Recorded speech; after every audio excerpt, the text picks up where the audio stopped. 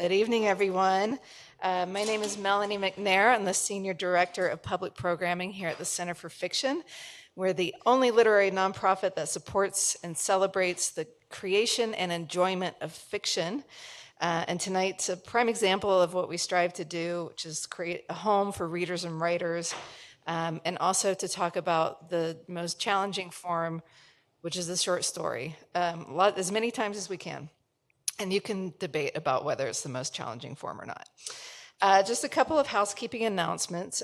We will have an audience Q&A, and when it's time to go to questions, if you're here, if you'd raise your hand, we'll bring a microphone to you, because there are a lot of people who are watching on live stream who didn't want to get out in the rain today. And if you're watching on the live stream, you can type your question in the chat at any time, and I will read that out to the audience here. When the event is over, you can purchase copies of When the Hibiscus Falls at the bookstore and make your way back in here to get your book personalized. All of the books are pre-signed, and our cafe and bar will be serving until 8:30 this evening, and drinks are not only allowed, they're encouraged, so please avail yourself of that. Now it's my pleasure to introduce you to Vandana Pawa. She's from our co-presenters, the Asian American Writers Workshop.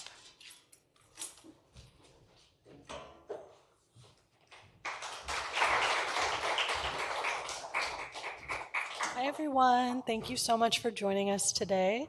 My name is Vandana. I'm the Director of Programs at the Asian American Writers Workshop. If you are not familiar with us, we are a literary arts nonprofit that focuses on creating, disseminating, uplifting, writing, and creative work by Asian American, and diasporic writers. So we're really excited today to have Evelina and Hannah here to celebrate When the Hibiscus Falls. I'll say a few words about our amazing folks that we're going to have on stage today, and then I will invite them up. Evelina Galang is the author of a previous story collection, Her Wild American Self, 2 novels, One Tribe, An Angel de la Luna and the Fifth Glorious Mystery, and the nonfiction book Lola's House, Filipino Women Living with War. She's the editor of the award-winning anthology Screaming Monkeys, Critiques of Asian American Images. Among her numerous awards are a Fulbright Senior Research Fellowship, finalist for the Dayton Literary Peace Prize in 2018, and the Zelaznik Distinguished Visiting Writer at Cornell in 2020. She directed the creative writing program at the University of Miami from 2009 to 2019 and served as VONA board president from 2018 to 2023. She lives in Miami, where she continues to teach creative writing.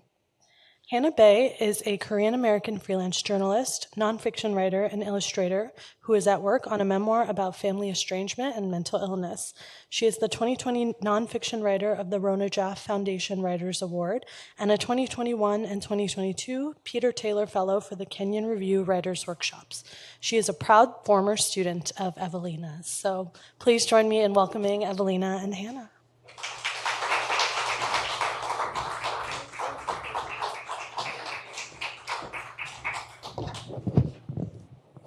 Hello, everyone. Thank you so much to Vandana from Asian American Writers Workshop and also to Melanie from the Center for Fiction. Thank you all for being here. And congratulations, Evelina, on this incredible collection of short stories, your 6th book. Thank you, Hannah Bae. Thank you so much. Thank you for being here.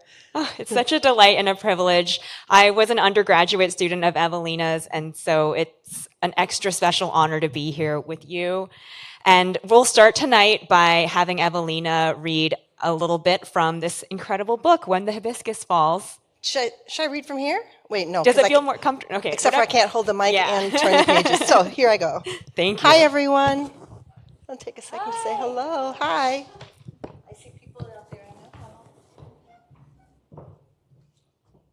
So I think that I will open just a little bit with the title story, and just read a little bit from the title story, When the Hibiscus Falls.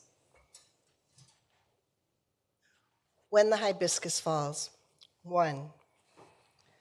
Maria Faye Punsalan Castro. It's about time, anak. Halika. You've lost weight. Take my hand. Bless, bless. You smell like sun, like wind has blown sand into your hair and dusted you with sky. a dirty child who needs a good wash. And ano ba ito? Those heavy bags under your eyes. Aren't you sleeping? Call your sister. Don't be so stubborn. My cousin Mayari was like a sister, and I almost lost her. Paano? That was the year all the gumamela fell. The gumamela. Gumamela. Sa English, hibiscus. Yes, hibiscus, full and beautiful in the morning, fallen by dusk. That year, they fell so fast, hundreds anak, all at once. Every morning, we woke to a sea of red petals swirling at the edges of Mommy's garden, falling from blustery skies like snow. Your great Auntie Mayari was 22 that year. That was the year she went lunatic, crazy. I followed her to Miami, tracked her down. I risked my life. Why? 2. Child, that was the year of the corona, when the cities fell silent and people holed up in their houses, slipping out to walk along the river or sit on rocks near falling waters. The year we covered our faces from one another, hiding like bandits behind cloth masks, bandanas, and face shields. That was the year cars disappeared from US freeways and the air was fresh once more. The year families turned inward, baked bibinka, flan, and sans rival butter cakes. When we ordered bamboo and red tissue paper online and went back to using day-old rice for glue, making Christmas lanterns to hang up the windows in the windows, like my daddy used to make. It was that year. The year more than 350,267 souls rose like smoke into the night. One night, Mayari took off, left West Covina, and hopped cheap flights from one coast to the other, meeting new people, having so-called adventures. We got a call that she was in Miami. An uncle, excuse me, an uncle of a cousin who married into the family through, let's start that again. Thank you.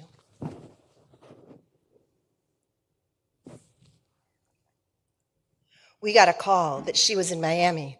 An uncle of a cousin who married into the family through a friend, a nurse at Jackson Memorial, said she was seen on television, dancing on tables, spewing toasts.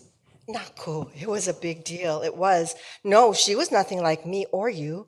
She was no party girl. She was the eldest of my cousins, so well behaved, a bookworm. No kidding. I was the one she used to scold when we got a little thrill from pickpocketing through the malls. In fact, Mayari had been in PhD school cataloging Philippine demagogues, mga ahas, duende, aswang, and multo, when the pandemic broke, when her college shut down and ordered everyone to go home. She was obsessed with the babaylan upon writing her dissertation. You've heard of them, right? Spirit healers, wise women, men, high priestesses, blasphemous. So anyway, we had all been trying to find her, calling, texting, calling. We messaged her on Facebook. What? It was a social media platform, but nothing, no answer. Once or twice, I heard she called our grandfather, Lolo Lalo. She never told him where she was, and he never asked. She liked talking to him, teasing him, checking up on him. So when I got this message that she was dancing on the beaches of Miami, that's where I went. You should have seen me on the plane. I looked like a burglar, black jeans, black shirt, and I wore a zipped up sweatshirt with a hoodie up like this. Tapos, I put on goggles and the mask and one of those shields the welders wear, you know the kind, that flip down on the face, but plastic. I didn't eat for almost 24 hours. Hindi rin ako umihi. Using public bathrooms in that time was so dangerous. I just held it. That was before the sea rose up and swallowed the city. This was when the streets were lined in lighted palms and open-air cafes that smelled of fried rice and Cuban coffee and salt from the ocean. If only you could have seen it. I think I'll stop there. Thank you so much.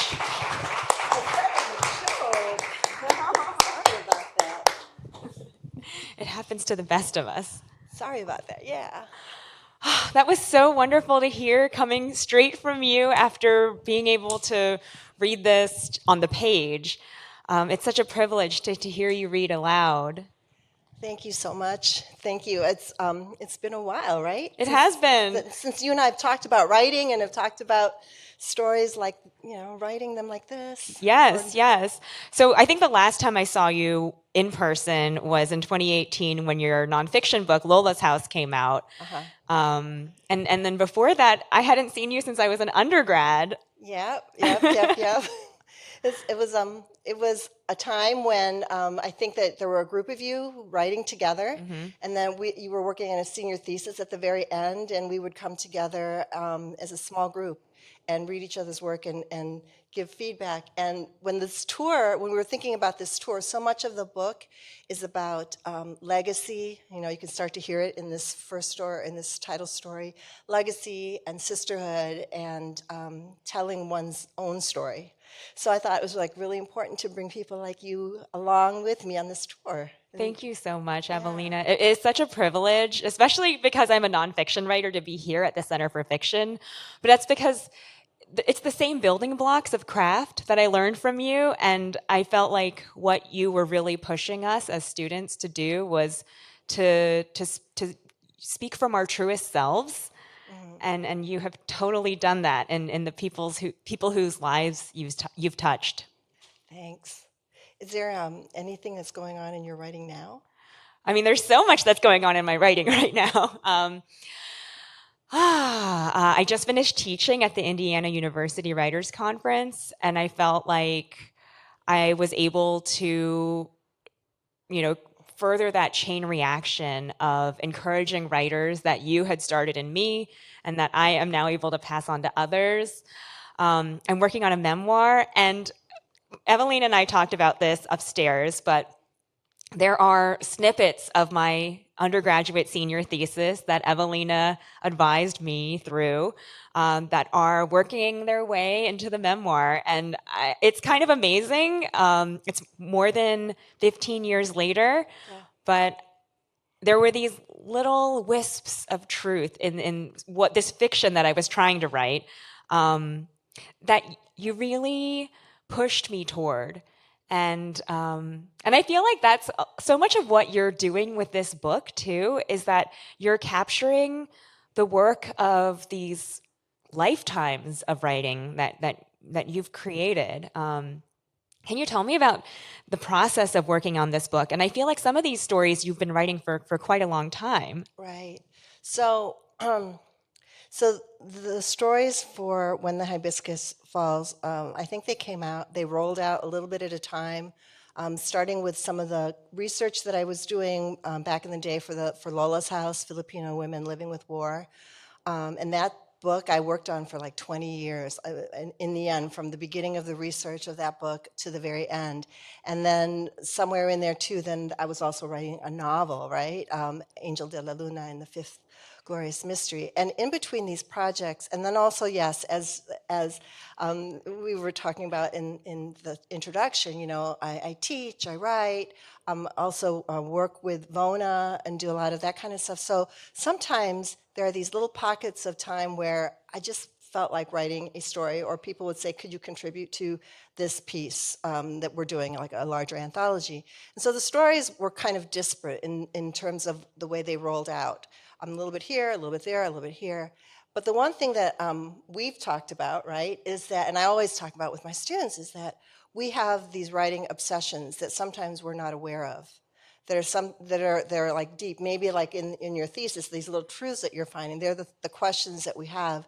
And so with this particular collection, what was going on was I was just taking a break from the larger projects, or I was just taking a break from teaching, or I was just taking a break from, I got 2 grandchildren now, taking a break from the grandkids, right? And just finding my happy place. And in that time, these obsessions rolled out, not because I asked them to, but just because it was just a part of the process of writing. So I think that that's the first thing that happened, was like these stories were coming out bit by bit, but without any kind of sense that they were all going to come together. And then when I realized I had enough stories to really put together a collection, I reread the work and the material. And I started to see that obsession. And for me, strength is the woman, which is the opening piece in the book. It was really about strong women. It was really about women who have to like deal with all these different elements of what it means to be a woman of color in this culture, in this family, in that family, in our society, within like our communities and outside of our communities, right? So that's like this obsession that I have, and I was starting to see that in the stories. And then a friend of mine, when the book was like closer together, a friend of mine, Edwidge Dantakat, like looked at the book and she said, "But Evelina, what is the ribbon that ties the stories together?" And that's when I got really serious about organizing the work and pulling the themes together and start to like think about what is the overall narrative that we're trying to tell here. And so I think that's when this book became a book versus stories that were accumulating. Yes, it's so thrilling to see these stories build. The passage that you read from the title story, I feel like you really bring it sort of full circle by the end of the book. And I noticed that some of the characters recur as well throughout the book. But then also I wondered if some of the characters were from your previous work as well. Yes, absolutely. There are, for example, in Her Wild American Self, which is my first collection, that main character, Agostina, comes back. And she was 17 in the original book, and now she's 35, and she's like made it as a photographer, and she's gone back to Chicago. So she comes back into this collection. She reappears. I think the mom from Angel de la Luna, she also is in the story. One of the Lolas from the work that I was doing when I was doing the research for Lola's House, a story that was inspired by her.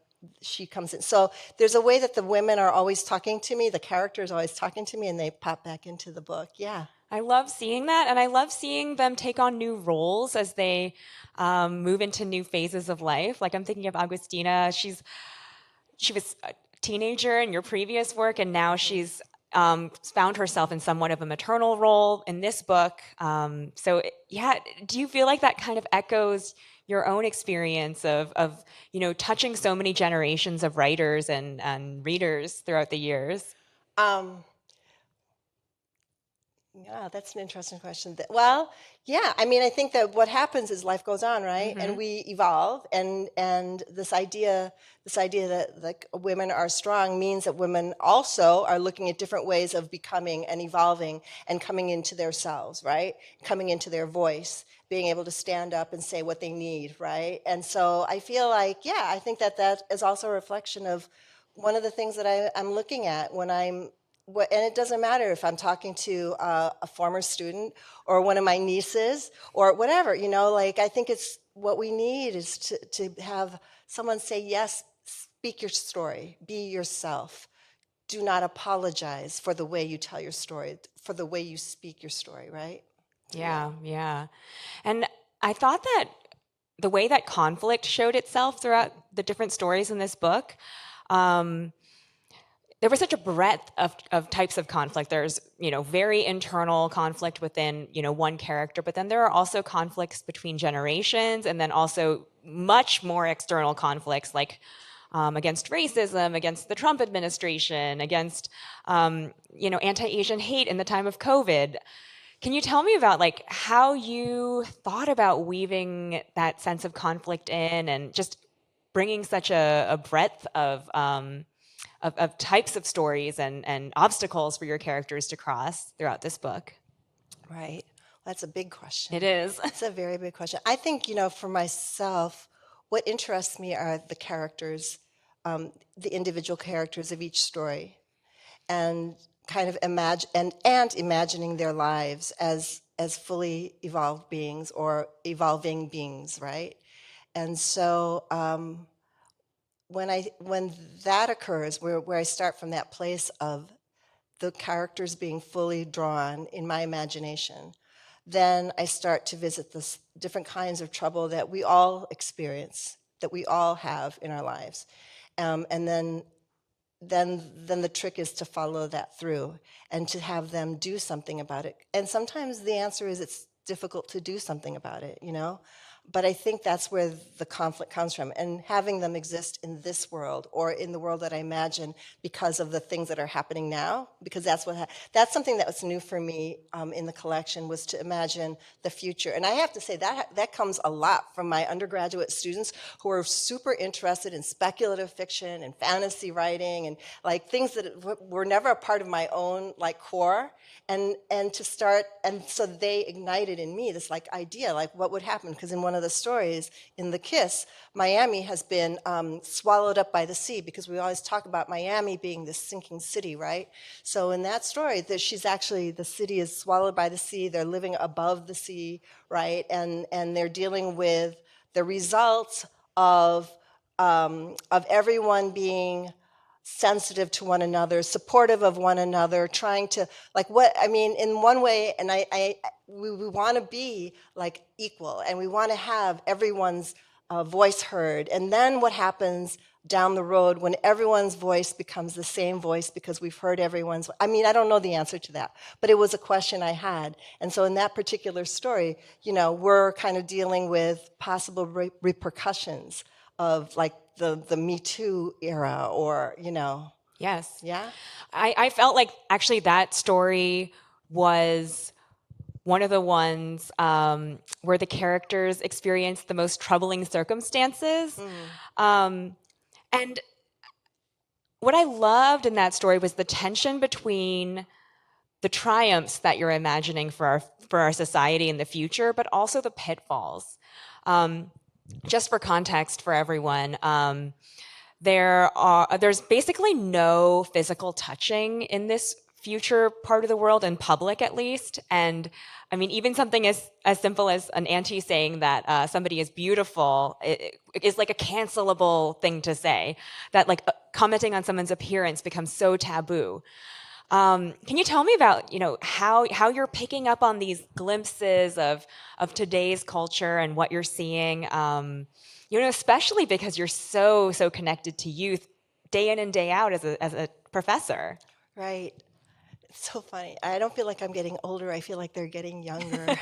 But it's what's really. It's so important to pay attention and to listen. To listen to them and to see what's happening and what matters to the students, and to be present. Right. So. In doing that, there were these things, of late that have come to our attention, and how we deal with them and how we respond to them. All kinds of trauma that happens in the classroom, all kinds of trauma. For example, when we came back from COVID, right, from being gone outside of the classroom, there were sophomores who were coming to campus. But it was the first time they had come to campus, and they had done their freshman year online.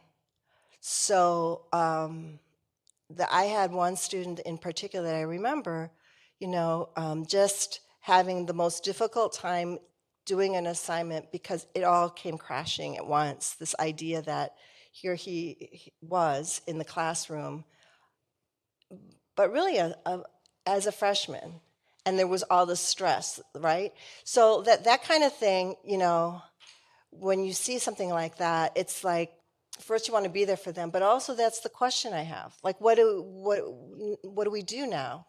How do we handle like taking care of you and giving you the education and the freedom to be on this campus, right? When all the stress is coming down on you because you've been online for an entire year, and this is supposed to be like the most important time for you as a college student. Yeah, I felt so much deep compassion toward your characters, especially in The Kiss. But really, all across the collection, there are no indictments. You're really kind of letting your characters work their way through. I feel like it's a really interesting role to play as the author of short stories. Well, that's the fun, right? So it's the fun to kind of have this imagination of who they are, and set them up with a life, and then set them up with this trouble, and to see really like what would be the natural course of action, right? Versus, I mean, it would be a whole different kind of book and a different way of writing to have, and there's nothing wrong with that either, right? To have an agenda and to have a message that you want to give, and to know that ahead of time, and to follow those the choices a character would make to bring you to that ultimate end. But for some reason, what interests me in writing is the not knowing when you begin. Is wondering what if, really, what would happen if you give these circumstances to a particular character in a particular community at a particular time, and to see how they're going to respond. And for me, that's where the fun is. That's so much fun. And sometimes they're going to do things that are super embarrassing, or that, you may or may not want your mom to read, but my mom reads everything anyway, so it's great, Yes, yes. And I love that there's a lot of grace shown to the characters, and especially with women finding their way, like a total lack of shame despite mistakes, and very imaginative futures. Thanks. Yeah. You're welcome. And I think part of what makes these characters come to life so much is the sense of voice. And I mean, in 17 stories, there are so many different characters, so distinct, but you also are switching between points of view. There are stories written from the first person point of view, third person, second person, which I learned from you. You were the first person who ever taught me about second person. And the first real example that I'd ever read was Mixed Like Stir Fry from Her Wild American Self, your first book. So can you tell me about kind of keeping, all these voices in your head and then bringing them out into the page in these different ways through points of view? Well, first of all, I'm not writing them simultaneously. Right. Right? So it's each character has their time and their space, and kind of I immerse myself in their story. And then there's the question of intention of the story, what we're looking at, right? And so for me, point of view plays a really strong part in that. Wanting in second person, it's about putting characters in the shoes of the character and having them go along with that, which isn't always easy. And I have to say, for the record, that second person was taught to me by my teacher back in the 80s, and that would have been Lori Moore, who was a big-time second person writer back in the day. So it's kind of cool to imagine that my teacher taught me and taught to you. But, I think intention has a lot to do with it. And also, like, sometimes, like in certain stories, and they're not coming to my mind right now, which ones in particular, but in first person, you can really give that character the opportunity to make some pretty incredible mistakes, and not see what they're doing, even though the reader and the author might see what's happening. But it gives them the grace to do that, right? And, in third person, sometimes it's like about getting a little bit of distance so that you can see a kind of a bigger picture, and they're able to kind of work in community a little bit more, right? So it really depends on the intention of the story, I think, and the question that's being explored in the moment. So my niece Julia, when she was 9, had a writer come to school, and I love the way that writer described conflict to these 9-year-olds. She said that conflict was the question that the story asks. And when the question is answered, then the story is over. And ever since Julia told me that, I've been like sharing that with my students, because conflict is such a difficult thing to think about when you're writing a story. It seems like you can write everything but, and you can even have the idea of the conflict, but nothing is actually happening in the story. And when you approach it from this question, like, what is the question the story's trying to answer, then people have to do things to answer the question, right? The characters have to do that. So I think, all of that, and then the idea of what is the intention plays into, point of view and voice. Also, I hear them. Talking to me. I believe it, because dialogue is such a strong point in this. And it's a multilingual dialogue too. There's a blurb that I love on the back of the book by Percival Everett, and he writes, "I do not speak Tagalog, but the rhythm of the language is so present here that I believe now and again while reading that I do." Thank you, Percival Everett. I feel like you've been one of these true pioneers in fighting for the inclusion of multiple languages in our American literary writing. Can you tell me about that the drive that has kind of pushed you to fight that fight? Right. Well, number one, I want to tell the stories the way I see them and I hear them, right?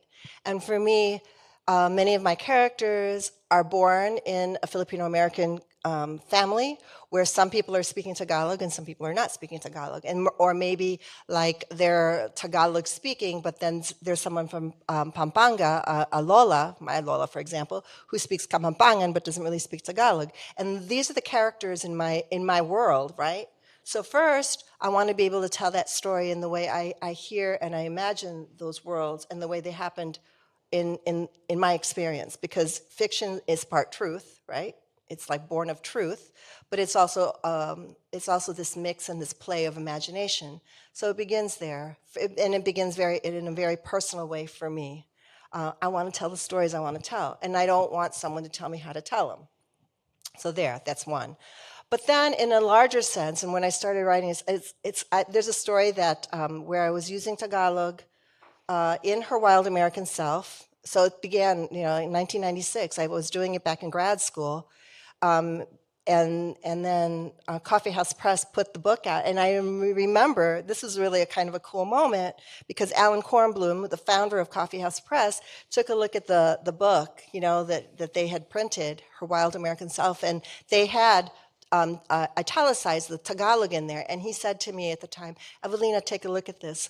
We're going to make it a house rule not to italicize non-English words anymore because it disrupts the flow of the narrative." Like Alan was so ahead of the game. So ahead. Right? And so I was like, well, yes, absolutely. And then there was this idea, and I won't forget, like I had in grad school, my poet friend, Anthony Vigil, he and I used to just storm the campus because people in our workshops were asking for glossary of terms, or they were saying that the words that were in his case, he was using Spanish, right? And so it's like there was a way that we as writers of color were being forced to define ourselves even as we were already doing the writing. So those are some of the things kind of that were going on for me as a young writer. And then as I developed as a teacher and also like the director of our program, like at the University of Miami, we're very much about multilingual writing, very much about writing stories that may be based in English, but are infused with multiple languages, and this practice of writing in context, which little kids are taught to read in context all the time in just like regular English. So so you don't know what the word supercalifragilisticexpialidocious is. Well, figure it out from the context, right? So so there is a way that we started to do that, and I think that I'm not. I'm part of an entire movement. There are writers of color, writers who are coming from immigrant experiences, writers, or even I can't wait because in a couple months I'll be talking with Gina Apostol about her new book. We're going to be talking about our books together, and La Tercera has multiple Tagalog and Visayan and Waray and English and Spanish. So there are many of us who are doing that now, and I think it's great, and I think we should do it unapologetically. Absolutely. And I feel like you have taught so many of us, including me, to be unapologetic. I feel like it's a challenge to tap into these truest voices that many of us were taught to suppress in so many ways. Like Korean was my first language growing up, and then by the time I got to elementary school, I'd forgotten almost all of it. And by the time I was your undergrad student, I was completely illiterate in Korean, but I think you really showed me how to ask myself tough questions and figure out how am I going to learn about myself so that I can write about myself. Yeah. Wow. I'm so grateful. I'm so proud. Thank you. And I feel like setting comes alive so beautifully in this book, and you go from settings as diverse as Miami, as you read in the excerpt, but also Manila, other locations throughout the Philippines, Virginia Beach, these places that have been part of your life. Yeah. What is your approach to rendering setting on the page?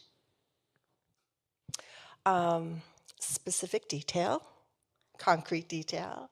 And I love I was just talking, we were just talking upstairs, that there are times that I've been accused of poetry, in my work, but just the love of language and playing with language, I think, and then remembering those places and spaces and trying to get to them. But I think it comes down to specific detail. And I want to say, for the writers out there who hate setting, it's not about stopping the narrative and just giving setting. It's about integrating elements of setting within the narrative, right?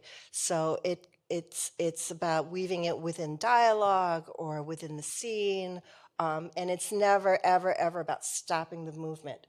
And so I think maybe that's fun. Again, it comes down to the process and how it's so much fun to like come up with these, like this play of language, these images that are really invoking a place, more than saying this is exactly Virginia Beach, right? It's more like invoking the water, right? Yeah, and about capturing a specific era in time too, like the excerpt that you read, imagining the disappearance of that Miami with the lighted palms and the smell of cafecito, and and the loss of Facebook. Yeah, the loss of Facebook. Gosh, and the kiss, like we're talking about a total 180 for an organization like Fox News, Mm-hmm. It's just so interesting to think of that as like a snapshot of a time that could very well be lost. Yeah, I guess so, right. And, because you've lived in so many of these places, like I'm thinking of Virginia Beach, for example. Like you haven't lived there for quite some time, but it's a place that has shown up in your fiction through your novel, One Tribe. But I feel like it was a time when you were also like really connected to young girls in particular. Yep. And so I think that what you were saying about setting and kind of moving the narrative forward, like it's about the time, the place, and then who you're with as well. Mm-hmm. Yeah. I think that time in Virginia Beach and Norfolk, Virginia, was so important to me because it introduced me to this incredible Filipino American community and these girls and boys from that time back in the early 90s. And I think I'm thinking about it now. They had a connection with the short story collection. They had read it in different places, but one of the things that they asked for their stories to be written. They were like, "Ate, what about our stories?" So I would hang out with them. I would go to the beaches with them. I would like go to festivals with them. One time we went to this community meeting where all the titos and titas were talking all at once, and they were talking about something that was going on at school at ODU, and I was with a group of kids, and when we got in the car, we all got in the car, and one of the boys said, "Oh man, I need me some adobo after that," and it was just like this time where adobo, for those of you who don't know, chicken adobo, yummy food with rice, right? That's very much a comfort food for many Filipino Americans. But it was a really important time for me because it was when I began listening to the stories and experiences that were outside of my own. Because the experiences of the children, the students there at that time were very different than my own. And you really can't write other people's stories when you're not listening. Yeah. And I feel like, over the course of writing your books and then in looking at the stories that we see in this book, you are constantly listening. I'm thinking of Lola's House in particular, your nonfiction book, where you interviewed so many elderly survivors who quite literally were telling you, like, please tell my story. Yeah, yeah. And it took you 20 years, and It took longer than they wanted. and there's such an urgency for them because, there's their lives are passing by. But I love that you revisited the Lolas in this collection as well. It's not just the nonfiction, but it's part of the worlds that you're imagining. Yeah, well, you know what? It's like I said, I spent maybe like 18 years going back and forth between the United States and the Philippines. We started like in 97, 96, 97, right when Maria Henson, the first comfort woman of the Filipina culture, came forward with her story. And I was going back and forth, and they were not happy with me because I was taking so long to tell their story, but I wanted to get it right. I felt like I needed to get it right. I needed to do the research, and I needed to hear their stories in different ways, and in some occasions I needed to go with them to their places where, like, their sites of abduction, or to spend some time with them and their families, just to get a sense of their lives, right? And to, again, listen. So that was like really important. And I was thinking, it's so funny because I was just writing about this, that I was thinking that it was going to be an aside. Like, we had gone there to do research for a film that never got made called the Dalaga Project, which was really a story which became Angel, which is a story of what it would take for a young Pinay who's kind of like in a difficult space to understand what it means to be strong and to want to survive through the story of her own grandmother, whom she never knows is a surviving Filipina comfort woman of World War II. That was the idea of the screenplay.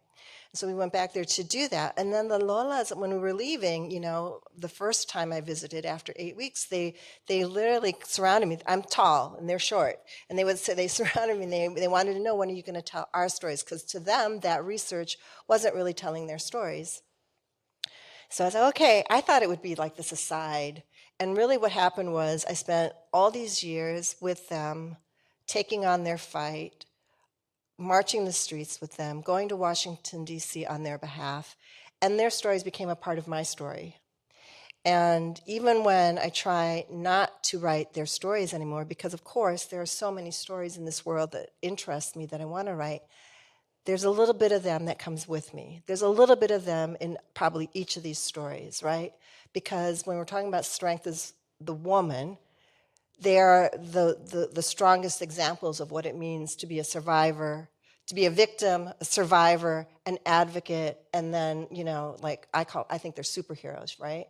So I think even when I don't want to write about them, I'm writing about them. Yeah, yeah. And, I feel like in hearing their stories and in bringing them to the page and advocating in real life, you are really getting to this essential meaning of what it means to be a Filipina American woman. And I feel like you taught me so much of that too. I mean, I think that, you were the first person who ever taught me the term comfort woman. Like I didn't even know, and I didn't know that was tied to my history as well. But I think it's this kind of mystical listening, right? Like, I had to listen to that call. I moved to Korea right after undergrad.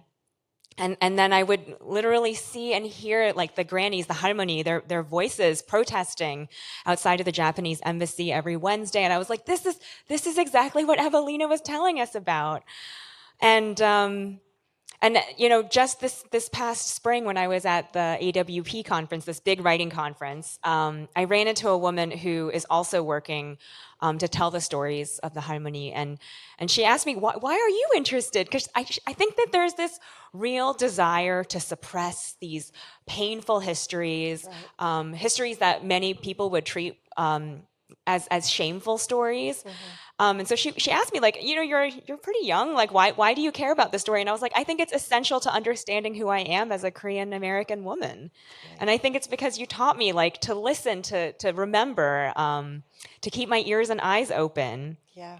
Yeah. Oh, good, good student. No, I mean, I think and I've been watching your career take off, and the things that you're working on, and your connection to the comfort women, to the Korean comfort women in particular, and it's been amazing.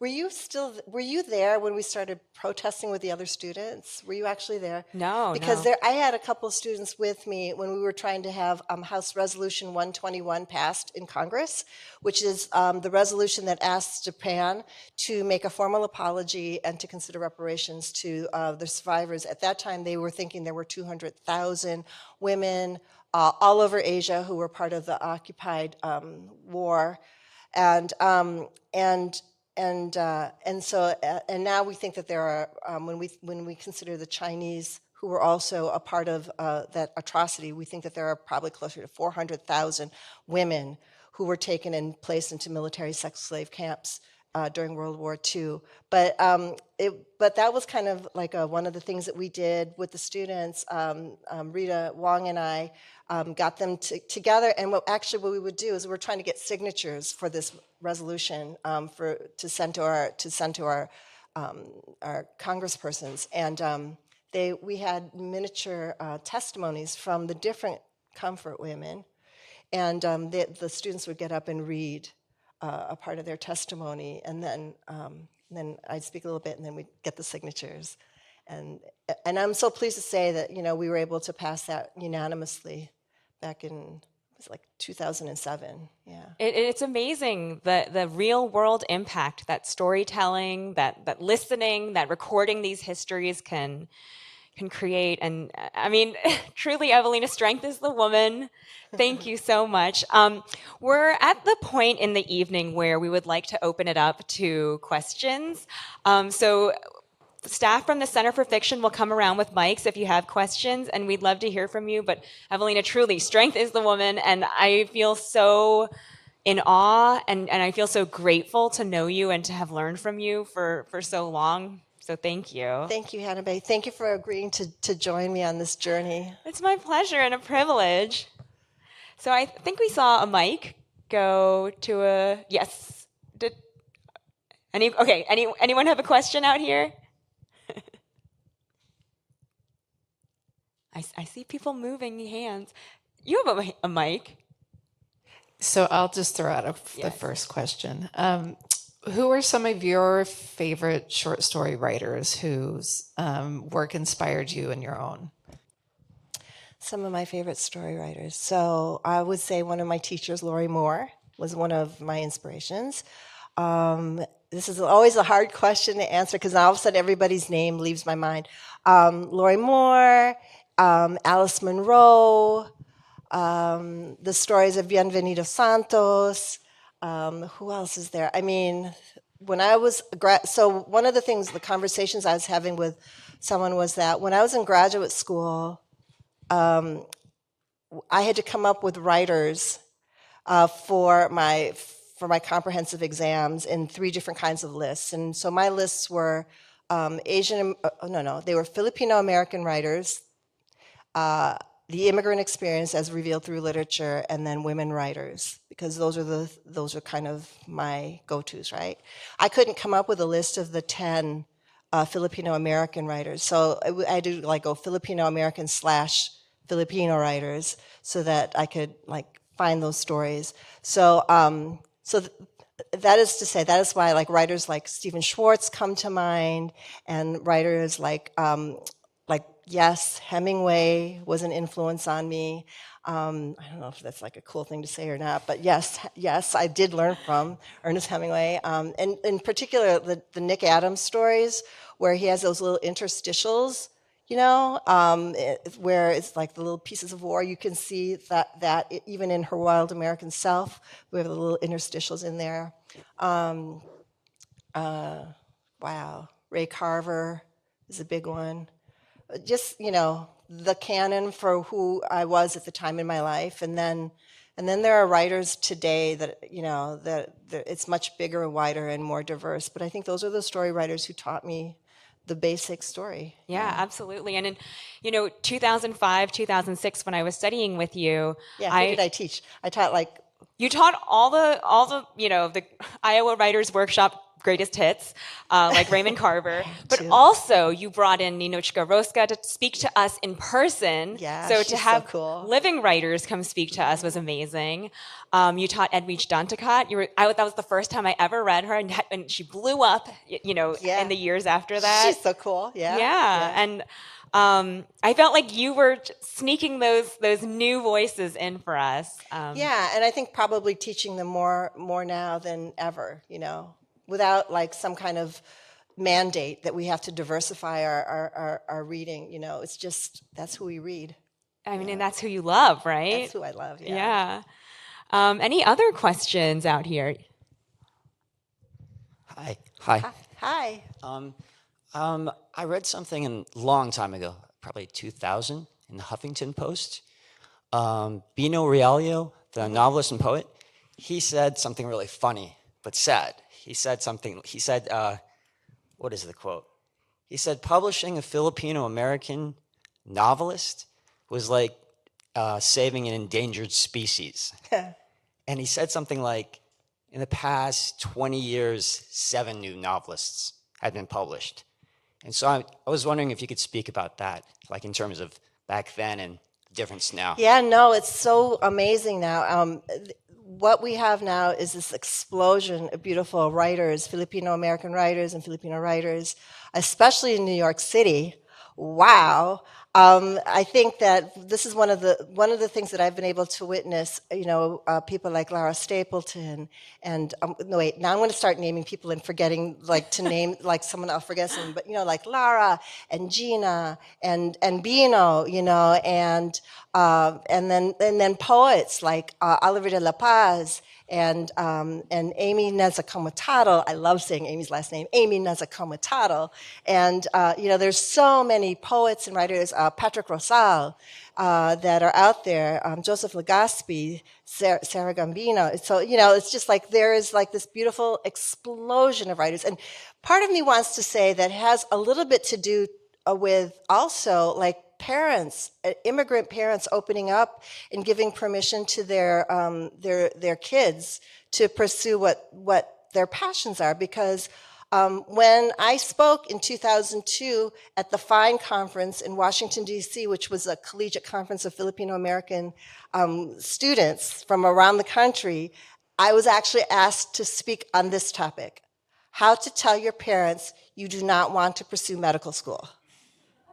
That was actually something that they asked me to talk about, because that is so true and so real. Even at the University of Miami, sometimes, like one time, I remember like these 2 kids, they were like, it was Monday, these 2 boys, they were like dragging their feet to class, and I said, what's the matter? And they were like, we have to go to biochem, it's like such a drag. And I'm like, well, aren't you pre-med? And they're like, yeah. And I said, well, you know what? You can do what you love. Like, you can figure out what you want to do. And then you can figure out how you make a living at doing what you want to do. And then what the secret is to educate your parents as to what you want to do and how that's going to pay for the roof over your head. And that, because that's all the parents really want. But I think, there is kind of this welcoming of pursuing your writing dreams that probably wasn't always around. And then also I think that we're persistent. So many of us are persistent, and you can't take no for an answer. Publishing is a hard thing, and I think that we have a tenacious group of artists and writers who are out there these days, not just Filipino-American writers, but writers of color, and especially with the things that have been happening in our communities, in our nation, where there is this horrible push, especially, okay, I live in Florida. DeSantis, you need to stop it. I hope you're listening, because it's ridiculous, this idea that we're going to censor what our children read, tell them who you can be. I mean, this is everything that is like against what we're all about. All of us, our artists of color, and other artists as well. And I think that now more than ever, these stories and the tenacity behind artists who are out there is needed. Yeah, thanks for that question. We've got time for one more question. Don't be shy. I mean, I can ask you one more question, unless no. Okay, I see, Rodlin. Hi, Evelina. And Hi, Rodlin. Hannah. Nice to see you both. I'm curious about the short story as a genre and the short story as a container. And I was curious to hear about kind of what you think is the most challenging in that containment, and then also maybe what's the most pleasurable. I think the short story, thanks, Rodlin, for that question. I think the short story is my favorite go-to. I love it, I mean, in terms of the process and immersing myself in it, and just it's complete fun for me. It's creativity for me. And some of the limitations that come with it are part of the fun, right? So creating a world and a moment within, anything from 2 pages to 20 pages, and then really giving a character the opportunity to explore their issue, having to do it succinctly, having to get a whole world in there within the confines of a short story, I think is a challenge and a lot of fun, right? So and like I said, I think it was my first form of writing that really was my inspiration. And then I never thought I would be a Filipino American novelist. I didn't think that was my genre, but when the stories started to get longer and there was more going on in the world, and there were these layers of reality that were happening, I think that became a new kind of challenge. So I actually really enjoy going back and forth between the novel writing, which for me is years in the making, and I always say, like a good marriage, you have to keep coming back to it. Sometimes I bring new writing outfits to it, and try to kind of keep the love alive. But also, and then the dating thing with the short story, it's so much fun just to be there and to be with the story and the character. Yeah. Well, thank you so much, everyone. You've been a wonderful audience. Congratulations again, Evelina. I hope everyone gets a copy, multiple copies of When the Hibiscus Falls, which has already entered its second printing. Yeah, I can't believe it. Thank you, Evelina. Thanks, Hannah Bay. Thank you. Thank you so much. Thank you to the Center for Fiction for having us, and to the Asian American Writers Workshop, my home in New York, when I come to New York. Thank you for inviting us and hosting this program. Absolutely. Thank you so much. Another round of applause for our amazing conversation. Thank you both, Hannah and Evelina, for being members of our AAWW family. We always love to have you when you're in town, Evelina. So congratulations on the publication of this book, and thank you all so much for joining us. I'll pass it over to Melanie for some instructions. So now's the part where I say, thanks for coming, and go buy the book. So you can go out those doors. They're right beside the counter at the bookstore. You can grab a drink if you want to, too, and then come back in here and you can chat with each other. Thanks.